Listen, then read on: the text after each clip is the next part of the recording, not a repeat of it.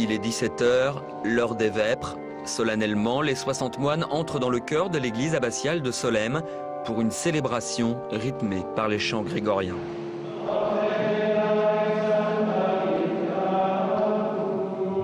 Le chant grégorien et Solesmes sont intimement liés depuis la refondation de l'abbaye en 1837 par Don Guéranger.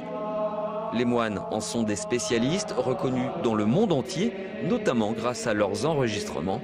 Le premier disque est sorti en 1930. Les moines étaient très réticents pour les enregistrements parce qu'ils disaient « nous chantons pour Dieu ». Et alors ce qui a été décisif, c'est la demande de monastères américains pour qui c'était difficile de venir écouter ce qui se faisait à Solesmes. Ils nous connaissaient par les livres édités en grégorien. Et c'est ça qui a déclenché les premiers enregistrements, en 1930 en effet. Les chants s'élèvent de l'église abbatiale pendant 5 heures chaque jour à chacune des 7 messes auxquelles assistent les moines. C'est elles qui rythment leur journée, une journée encadrée par la règle de Saint-Benoît, une journée immuable depuis la création du monastère. C'était il y a 1000 ans. Mais le genre de vie ressemble quand même à celui d'il y a 1000 ans. Avec des adaptations, évidemment. On ne mange pas comme on mangeait il y a 1000 ans. On ne chante pas comme on chantait il y a 1000 ans. C'est sûr. Mais l'essentiel, la trame de notre vie reste la même. Une vie faite de travail et de contemplation. Derrière ces hauts murs ouverts exceptionnellement de vastes parcs dédiés au repos, à la méditation ou à la prière. Des parcs que les moines entretiennent eux-mêmes. À leur extrémité, un potager et des vergers cultivés par la communauté de Solesmes. Le travail manuel, c'est aussi la cordonnerie ou la menuiserie dans les ateliers de l'abbaye. Mais les moines sont aussi des intellectuels.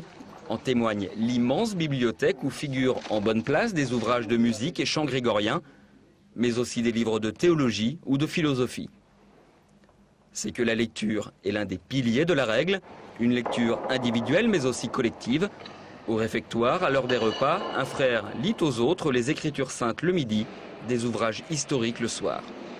Ainsi, la vie des moines s'égrène calmement de l'aube au crépuscule, mais derrière ces murs majestueux, dans les cloîtres silencieux, derrière chaque porte close, se joue chaque jour pour eux une aventure, celle de leur propre aventure intérieure. Jean-Louis Étienne actuellement est en train de voler au-dessus du pôle Nord. Un moine, lui, c'est toute sa vie où il vole au-dessus de quelque chose et tous les jours il découvre quelque chose de nouveau. Il y a cette aventure, d'abord individuelle, mais il y a aussi cette émulation collective qui permet justement de tenir et de ne pas tout laisser. Tout à l'heure on parlait du lever le matin, on en a quelquefois. On se dit allez, il faut se lever, il faut y aller. S'il n'y avait pas la communauté, on ne se lèverait pas quelquefois. Depuis l'année 1010, les moines de Solesmes se lèvent tous les matins sur les bords de Sarthe, mais pas seulement. L'abbaye est à la tête d'une congrégation de 32 monastères à travers le monde.